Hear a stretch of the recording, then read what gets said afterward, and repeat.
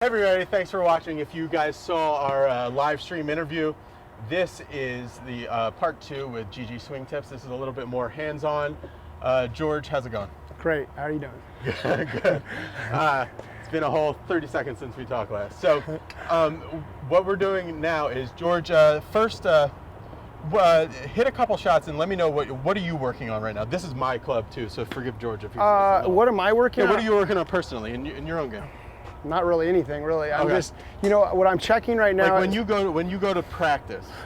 What I'm doing really is I check and I see what my body's doing. I check where my actual, you know, shaft's going. I'll check swing direction. When you talk about like when you check to see what your body's doing, are you videotaping yourself? Yeah, I mean, I'm naturally a slider. Okay, so that's just my natural motion. So I'm always working on leg work, sequencing my upper body to my lower body, and then when I see it, I'll look and I'll be like, ooh, that's gross. So a lot of times I'll see my swing and not like it, but I'm still hitting the ball well. And then, you know, more than anything, I'm always trying to get my motion correct, but then I work on shutting my brain off and reacting to the target. So I'm always working to tuck left pins, tuck right pins, with yardages in mind. So I'll go from top to bottom. So let's say I'm hitting my 8-iron 170. I'll go 170, my next shot will be 150, and then 165, 155, 160, and with a tuck left pin. Because when I do that, usually if I just did all full swings, I'd know where my balls was going. But usually when I slow it down and go 150, a lot of players will be long and they'll slow down and the club face will close down, they'll hook, you know, a lot of the ones that they're long and then they slow down for a 150 shot. So I'm working on different yardages and stuff like that more than anything, and controlling my curve. But it's not so much, hey, where's my motion? Is it perfect? Am I trying to be mechanically sound all the time? Because I've been doing that a long time. So hopefully, by this point, I wouldn't say it's pure or anything, but I'd say it's decent. You know what I mean? Let's see a couple shots, George. Okay. Now,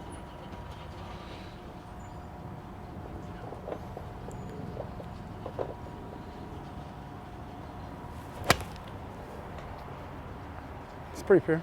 Yeah.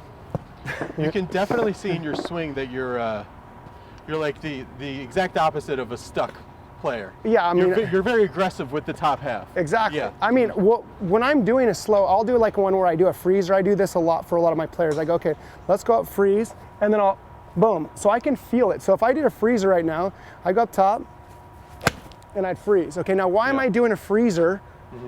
Is because I can start to feel things. I actually can notice that, hey, I've got everything gathered. Another problem that I have for myself is a lot of times I'll stop my swing short, okay, and I'll stop my shoulder short, and what happens then I have to drive my legs to get it back inside.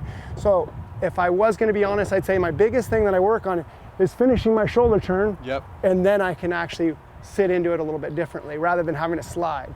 So that's probably my biggest, so by doing that like freezer up top, that really helps me get a full turn. It's funny, I'll play a clip right now. Watch this clip, guys. The drill I actually could not stand, and I still can't stand. Let's see it then. Is take the club up to the top and stop, and then come down and hit the shot. And this is a drill that he made me do for hours upon hours, and we're out there sweating. It's 100 degrees out there. Something I needed to do to feel where he wanted me to put it, and then from there let the arms fall down in front of you. The whole key was to get the club in a position at the top where he just felt as he transferred his weight, his arms would fall down in front of him. Okay, I don't know if you've seen it. Have you seen that old 2001 video of Butch Harmon and Tiger Woods? Tiger's talking about what he's working on at that time, you know, best that ever did. I have seen that, yeah. I have seen so he talks about the drill that he indoors with... with Butch. Yeah, so, and Tiger said the drill that drove him crazy at that point... Was the freezer is the freeze.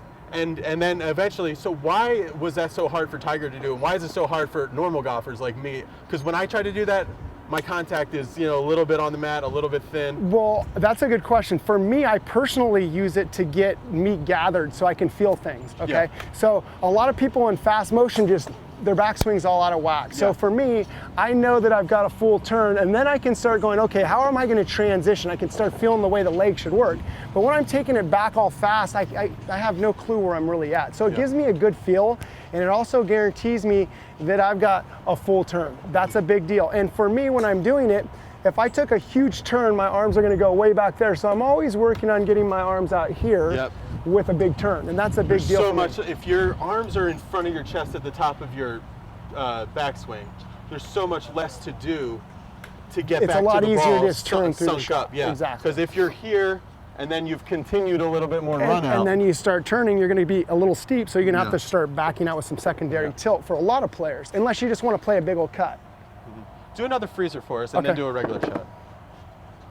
So with a freezer, Yep. it depends on what I'm trying to do, but let's say I try and get more vertical here, okay? So let's say I got a freezer and I'm trying to get my shoulder turned here, and then I actually chunk that away.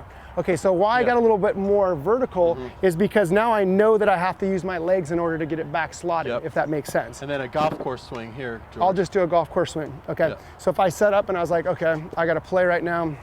Yep. This is 7-iron.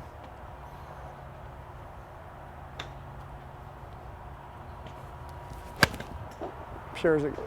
Yeah, that's a great one. That was good. So when I'm in motion, that's why I try and play. But when I'm trying to tinker with certain things, I don't hit it as well. And I don't mind. A lot of my players are so worried about how they hit the ball Yeah. that they can't even do little drills because they're Yeah. embarrassed.